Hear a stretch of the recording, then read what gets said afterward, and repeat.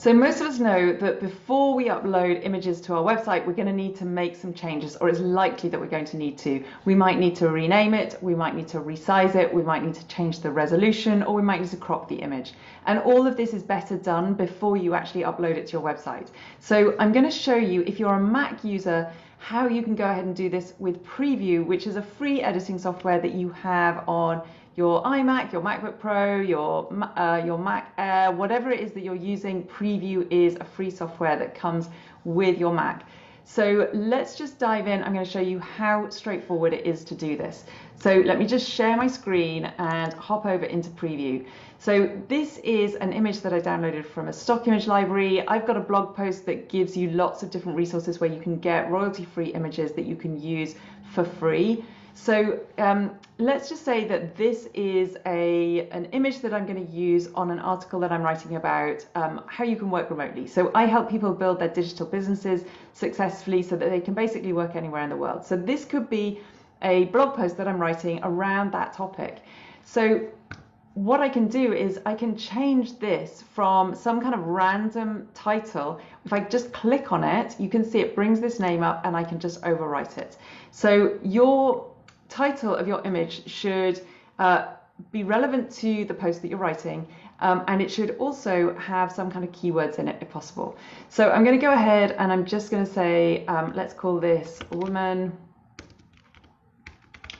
Working from Beach. Okay, so it's relevant to the article that I'm writing.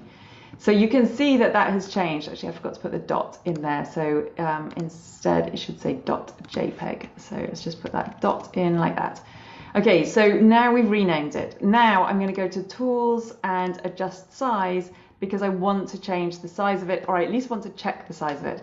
So at the moment, the width is over 5,500 pixels wide, which is much larger than you're likely to need for any website.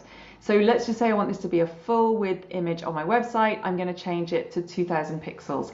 Now I'm going to leave this little padlock locked. I can unlock it by clicking on this scale proportionately, but keeping it locked means that if I change the width, it's also going to change the height. And it's going to change it in proportion so that the image doesn't appear squashed or distorted in any way. So the next thing I want to draw your attention to is the resolution. So if I was sending this image to print, perhaps I was going to create a brochure or a leaflet, then I would need it to be 300 dpi or pixels per inch. But I'm not. So for a website, usually it would only need to be about 72 dpi. So I'm going to change this from 300 to 72. And you can see that now that I've changed the size and I've changed the resolution, the resulting size has gone down from almost 13 megabytes to 1.2 megabytes. So it's radically changed the file size. And that's a good thing for your website because it means that the images will load faster, which enables the page to load faster and is a much better user experience for visitors to your website. So I'm going to go ahead and click on OK. And you can see that the image is now smaller, and I can go ahead and I can upload that and use that on my website. Now, let me just give you one more tip in case you have any necessity to crop the image. So you might be needing to use this for Instagram, for example, so you might want it square, or it might just need to be square on your web page.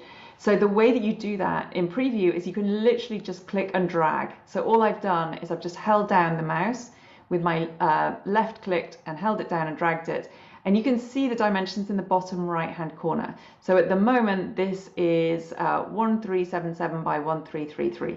So I need to cut this back so that it's 1333, so that it's square. So there we have it, it's square. And once I've got this to the dimensions that I want, I can just go ahead and click on this crop here. If you don't see the crop selection tool, just click on this here, and this will bring up all of these tools along here. So this is the area that you click on to actually go ahead and display those extra editing options.